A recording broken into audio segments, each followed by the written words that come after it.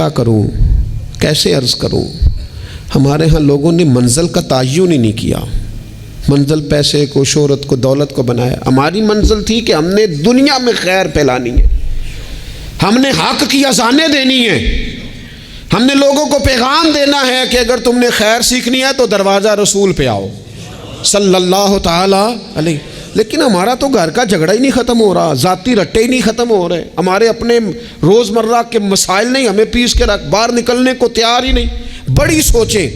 اقبال کہنے لگے وائے ناکامی متائے کارواں جاتا رہا، اور کارواں کے دل سے احساس زیاں جاتا رہا۔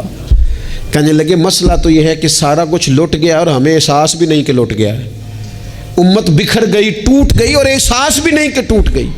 کچھ کوشش، کچھ جد و جہد، کچھ آگے بڑھنا، کچھ ہمت کرنا، کچھ تھوڑا سا منزل کی طرف سفر کرنا کہ ہم اپنا جتنے لوگ آئے نا امت مسلمہ میں انہوں نے خیر میں اپنا حصہ ڈالا۔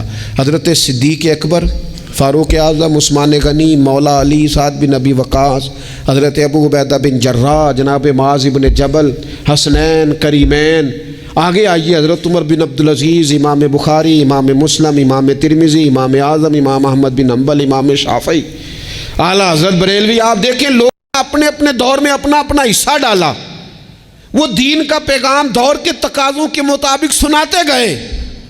اگر وہ پیغام بغداد آیا تو غوث پاک نے ممبر سجا لیا، اگر وہ پیغام اجمیر آیا تو خواجہ معین الدین نے ممبر سجا لیا، اگر وہ پیغام پاک پتن آیا تو بابا فرید ممبر پہ بیٹھ گئے، دنیا کو اللہ اللہ سکھا دی۔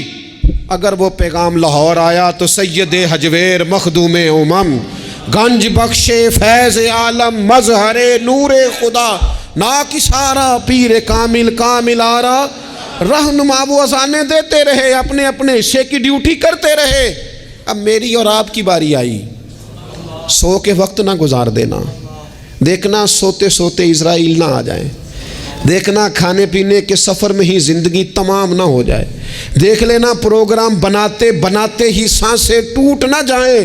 اقبال تڑپ کے کہنے لگے، حضور کی بارگاہ میں کہنے لگے میری زندگی کا مقصد تیرے دین کی سرفرازی، میں اسی لیے مسلمان، میں اسی لیے مسلمان، میں اسی لیے مسلمان، میں اسی لیے نمازی۔ یہ سارا کچھ جو کچھ ہے یہ بلندی دین کے لیے، سربلندی مذہب اسلام کے لیے۔ اپنے اندر جو کوئی کچھ کر سکتا ہے وہ جد و جہد پیدا کرے۔ سب سے پہلی بات تو یہ عرض کی ہے کہ اپنے اندر دین کا شعور بیدار کرے، علم دین کا مزاج بنائیں، بادشاہی میں فقیری کی طبیعت پیدا کریں، امت کو جوڑنے کی بات کریں، کم از کم فروعی اختلافات کو تو چھوڑیں۔ اور پانچویں بات یہ ہے کہ جو کوئی کچھ کر سکتا ہے وہ کرے، آگے بڑھے۔ ایک بندے کو نمازی بنا سکتا ہے تو اسے بنائے، ایک کو قرآن مجید کی تعلیم کے قریب کر سکتا ہے تو کرے، لوگوں کو بتائے کہ یہ گناہ، یہ میل کچیل، یہ مومن کی شان ہی